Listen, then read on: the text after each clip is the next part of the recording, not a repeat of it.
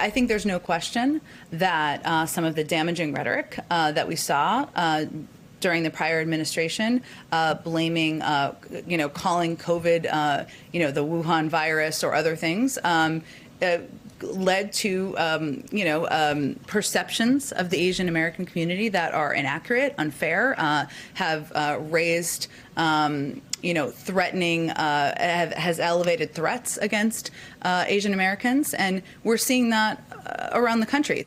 That is White House Press Secretary Jen Psaki arguing that former President Trump's rhetoric has played a role in the increased violence seen against the Asian American community over the last year.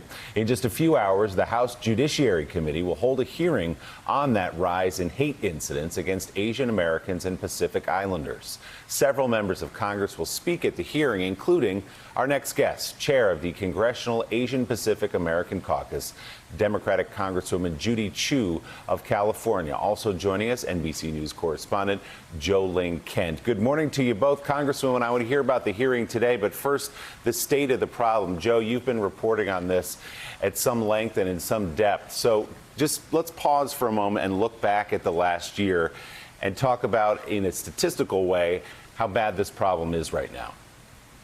Hey, Willie, good morning. Although we don't know the motive and investigators say it's too early to tell, you can say that the pain in the Asian American community nationwide right now is being felt because of the data and everything that we're seeing play out on the streets across America. And if you take a look, nearly 3,800 incidents of AAPI hate and harassment incidents have been reported since March 19th. And if you look at who's being affected, this is really where it hits home for so many of us.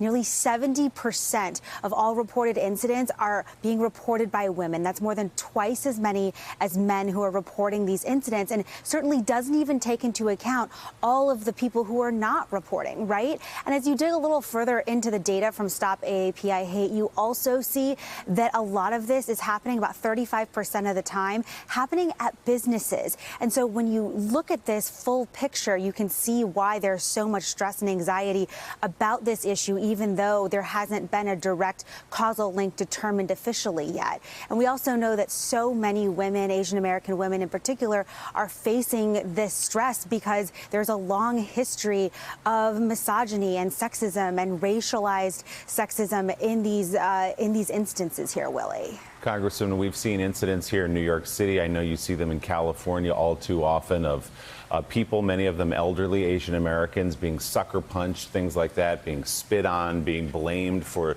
the coronavirus spreading across the country. So what message do you hope to get across at the hearing today?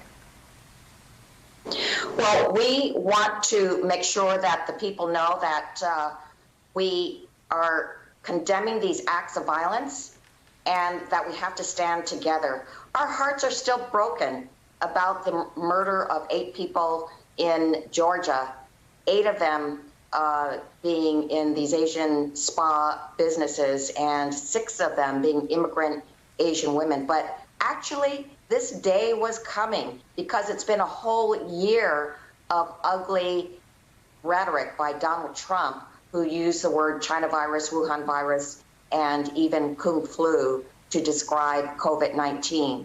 And we saw a spike recently in places like New York and in California, ugly actions against the elderly and the more vulnerable, including an 84-year-old Thai man who was assaulted and murdered in San Francisco, a 91-year-old man who was assaulted and pushed to the ground in Oakland, Chinatown, and in my own city, a man who was beaten with his own cane and then lost part of his finger. So we need to bring attention to this so we can stand together to combat anti-Asian hate crimes. So as you say, the first step is awareness, to let people know how serious the problem is. And that's what you're doing here. That's what Jo is showing us as well. What is the next step, though? So much of this is based on, frankly, ignorance and bigotry. What do you do about that problem so that we don't see as many victims as we've seen in the last year? Well, we have been working double time on federal solutions. One thing that gave us so much gratification is that President Biden, within 1 week of taking office, issued the executive order for the Department of Justice to work with the Asian American community on solutions. We, in fact, have already met with them and are working towards some steps that could combat hate crimes. We are also urging the passage of the No Hate Act, which would vastly improve the hate crime reporting and the programs that combat it. Our hate crime reporting in the United States is very faulty because our federal government relies on local law enforcement to come forth with those statistics. But local law enforcement varies quite widely as to whether they actually have programs such as this, and this act would help to implement it. And then we are calling on a national day to speak out against hate on March 26th so that our nation can show that it wants to stop these anti-Asian hate crimes. Hey, thanks so much for watching our YouTube channel. You can follow up on today's top stories and breaking news or catch up on your favorite MSNBC shows all in one place. Download the NBC News app today.